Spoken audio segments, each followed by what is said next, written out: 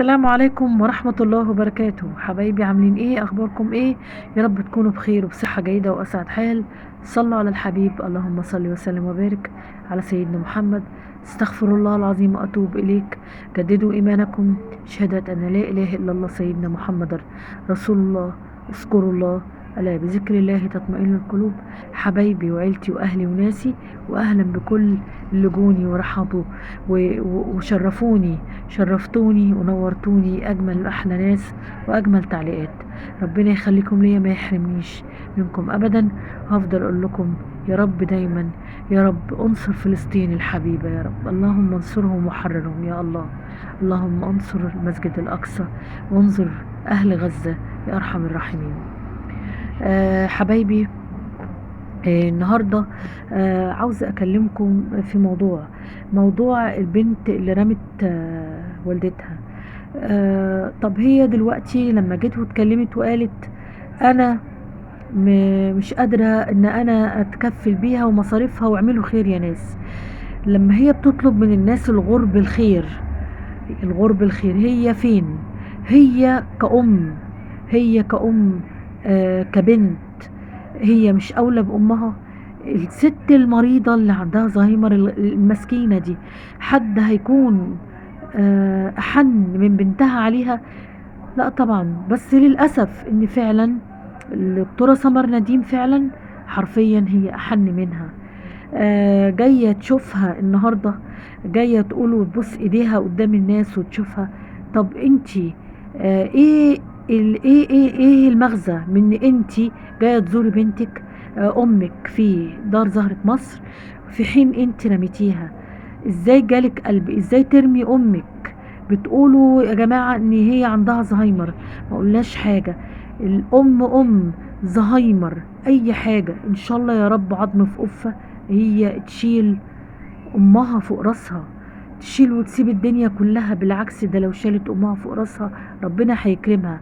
خدوا بالكم ان ملهاش خير في امها، ملهاش خير. هتحصد في ولادها هيعملوا نفس اللي عملتها معاهم امهم.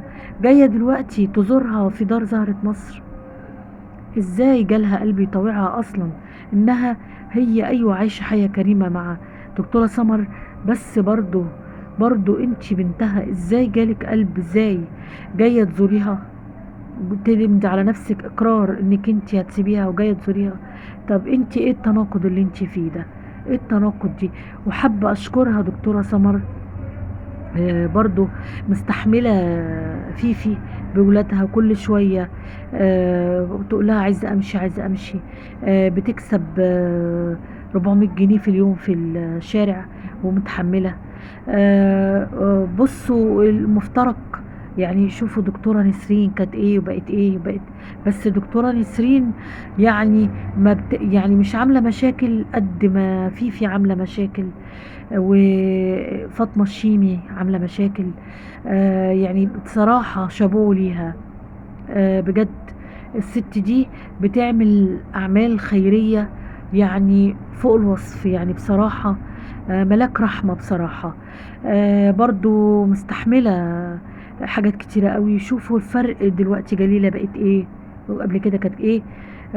برضو بنات ماما سميحة جايين يقولوا لها هناخدك ونقعدك يومين ونيجي. ده المفروض يا جماعة انتوا تشيلوها فوق راسكم. الام نعمة، الام نعمة والله، ما فيش داعي للكلام. امي رحمة الله عليها، يعني ما فيش لازمة للكلام، رحمة الله عليها والله. يعني لو كنت عايزة اشيلها من على الارض كنت شلتها. انتوا قلوبكم ايه؟ وجايين كنت راميينها وهي واخداها مشردة من السيدة، جايين دلوقتي تقولوا هناخدها يومين ونرجعها تاني. انتوا دوركم فين؟ ايوه دكتورة سمر هي لكده وفاتحة الدار لكده، بس انتوا يا جماعة ازاي تقدروا قلبكم وطوعكم؟ بس عدالة ربنا. شفتوا ماما سميحة من كتر ما دكتورة سمر كويسة، ماما سميحة فضلت دكتورة سمر على ولادها، ان هم قالوا لها هناخدك ونقفل عليكي. جالهم قلب يطوعوها؟ يعني فين مراعيتكم ليها؟ ورغم ذلك هي قالت لهم لا، انا هختار وهقعد مع دكتورة سمر. ليه بقى؟ لان لقيت عندهم عند الدكتورة سمر اللي مش عند ولادها، الحنية اللي عند دكتورة سمر اللي مش عند اولادها. يعني بجد انا بدعي لك الله يبارك لك يا دكتورة سمر على اللي انت مستحملاه وعلى اللي انت عاملاه. يا ريت الناس المقتدرة اللي قادرة تساعدها تساعدها، يعني على قد ما تقدر، لان هي متحملة كتير. والله يبارك لها ويجعله في ميزان حسناتها يا رب. ما تنسوش تصلوا على النبي. والسلام عليكم ورحمة الله وبركاته. لايك وسبسكرايب في القناة. السلام عليكم ورحمة الله وبركاته. السلام عليكم ورحمة الله وبركاته. أجمل ناس وأحلى عيلة.